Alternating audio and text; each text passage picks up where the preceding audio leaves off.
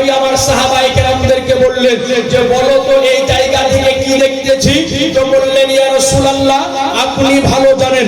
তো সঙ্গে সঙ্গে আমার শাহানশাহের জিবাকার মদিনাকে তাজদার আহমদে মুখতার নবুয়তের সরদার দোনো জাহানের মালিক ও মুখতার আমার রাসূলুল্লাহ বলেন যে রব্বে কাবার কসম করে বলি এখন আমি এই জায়গা থেকে দাঁড়িয়ে আল্লাহর হাউজে কাউসার দর্শন করতেছি। সুবহানাল্লাহ। এই হাদিসের মুহতারাম সুতরাং বোঝা গেল ও নবীর চোখে আল্লাহ কেমন করেছিলেন যে নবী আমার ডানে যেমন দেখতেন, বামে কেমন দেখতেন, দূরে যেমন দেখতেন, নিকটে কেমন দেখতেন, সামনে যেমন দেখতেন, পিছনে যেমন দেখতেন, আকাশে যেমন দেখতেন, জমিনে যেমন দেখতেন।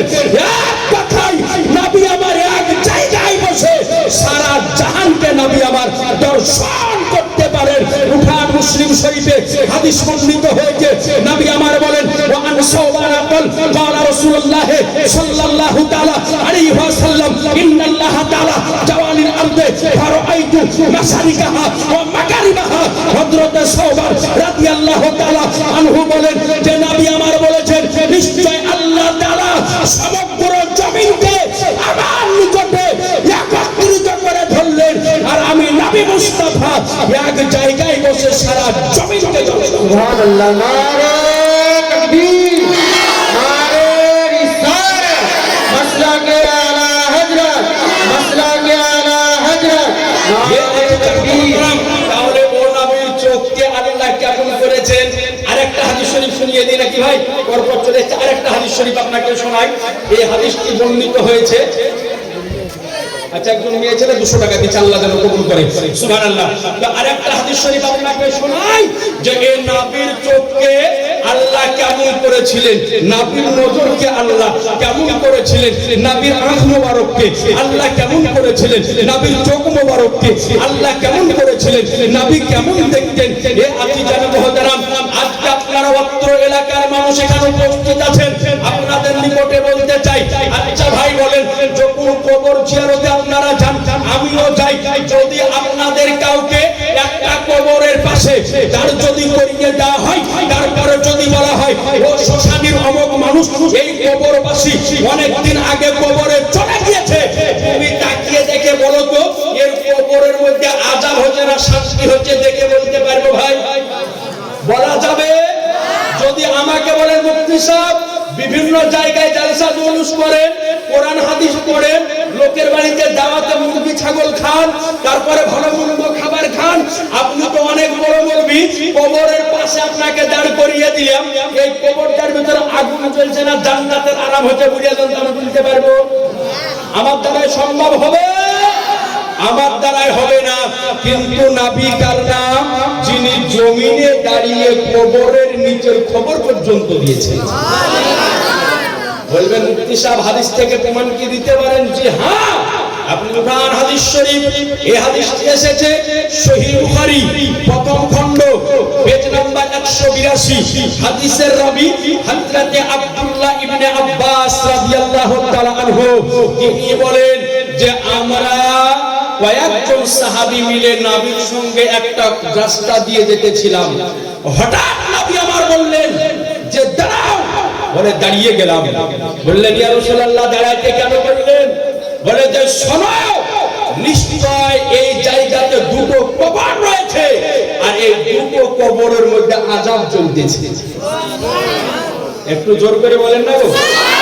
নবী আমার বললেন যে দুটো কবরের মধ্যে আযাব চলতেছে কিন্তু আমার আপনার দেখার মতো ক্ষমতা নাই, আমি আপনি দেখতে পারি না। কিন্তু নবী আমার বললেন যে শোনো এই দুইজনের কবরে আযাব হতেছে।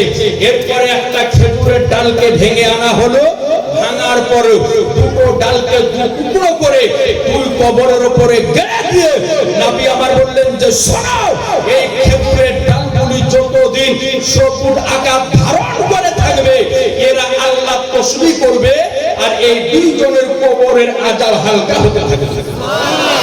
এ আজিজান মুহতারাম এরপরে নবী আমার বললেন যে বলছে শোনো, এদের দুজনের কবরে খুব বড় কারণে আযাব হচ্ছে না, ছোট ছোট দুটো কারণ। বলে কি? এক নাম্বার ব্যক্তি এই কারণে আযাব হচ্ছে যে এই লোকটা ছিল লোকের কথা লাগিয়ে বেড়াইতো, চুগল ঘুরি ফিরে বেড়াইতো। কি করে বেড়াইতো? ওরকম লোক এখন নাই, নাই যে চুগল ঘুরি ফিরে বেড়াই, এর কথা ওকে, ওর কথা ওকে লাগায়, এরকম লোক নাই বাবার। সব গায়ে এরকম লোক আছে যে এর কথা ওর কথা ওকে লাগায়। ভাই একটা কথা বলে দিই আপনাকে, যে পৃথিবীর মধ্যে যতগুলি পাপ আছে তার মধ্যে একটা পাপ হচ্ছে চুগলখড়ি করা, বড় পাপ। কথা বুঝেছেন? চুগলখড়ি করা বড় পাপ। এরা হচ্ছে মুনাফিক।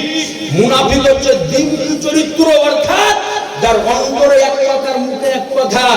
আমার সামনে বলে যায় রে মুক্তি সাহেব আপনার মুখে আলেমই নাই, আবার আমি যেমন বলে যেমন শালা কি জানে, এই বলে একে বলা হয় দুমুখা লোক।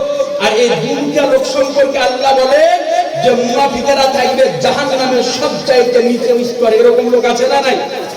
সামনে বলে হুজুর আর পেছনে বলে খেজুর, এরকম লোক আছে না? এই কথা লাগানো ব্যাপারটা ছেলেদের থেকে মেয়েদের মধ্যে কিন্তু অতি জনপ্রিয়, নাকি বলছেন? মা বোন আপনার নিকট আরজ করি যে কথা লাগানো, চুগলখড়ি করা, এটা হচ্ছে এমন একটা পাপ যার কারণে কবরের মধ্যে আযাব হচ্ছে, যার কারণে কবরের মধ্যে আগুন জ্বলতেছে। সুতরাং আপনার নিকটে হাত জোড় করে অনুরোধ করব, এই পাপ থেকে, এই গুনাহ থেকে আপনি বিরত থাকবেন, আপনি দূরে থাকবেন, যে এই সমস্ত পাপ করবেন না। আরেকটা কাজ যেটা হয়, যেটাকে বলা হয় জাসুসি করা। কথায় কথা চলে বলে দিই আপনাকে, জাসুসি করা মানে কি? আমি ধরেন যে আপনাদের এই শ্মশানী গ্রামের একটা কোনো ছেলে, যুবক ছেলে, এই রাস্তার ধারে আপনাদের গ্রামের একটা যুবতী মেয়ের সাথে কথা বলছে, কোন কথা বলছে, কোন বিষয়ে কথা বলছে। মেয়েদের মধ্যে কেউ একটা দেখে নিল যে এই গায়ে সাত্তারের বেটা আর আব্দুল মালিকের বেটি এই রাস্তার ধারে দাঁড়িয়ে দাঁড়িয়ে কথা বলছে। কি কথা বলছে, কেন বলছে, কি সম্পর্ক জানলো না, আশা পাড়াতে গায়ে দিল, বুকুরি জানিস ওদের বেটার অমুকের ওখানে বসে বসে গল্প করছিল। এরকম বলে কি বলে না? এটা বলা হচ্ছে কঠিন হারাম। কেন? আল্লাহ বলেন ওয়ালা তাজাসসু, কারো ব্যাপারে জাসুসি করিও না। আগে সঠিক তথ্য জানতে হবে যে তারা কি কথা বলতেছিল, কেন বলতেছিল, কি কারণে বলতেছিল, তারপরে লোকের সামনে ওটাকে বলতে হবে। কিন্তু না জেনে, না শুনে, না বুঝে বলা যাবে না।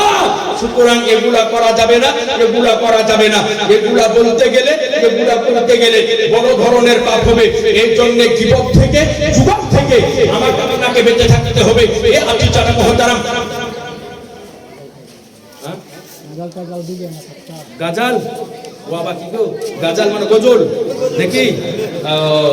গজল 4 দিন ধরে শুনে পেট ভরেনি? আমার হুজুর 4 দিন ধরে গজল শুনিয়ে যায়নি? গজল কত শুনে গো?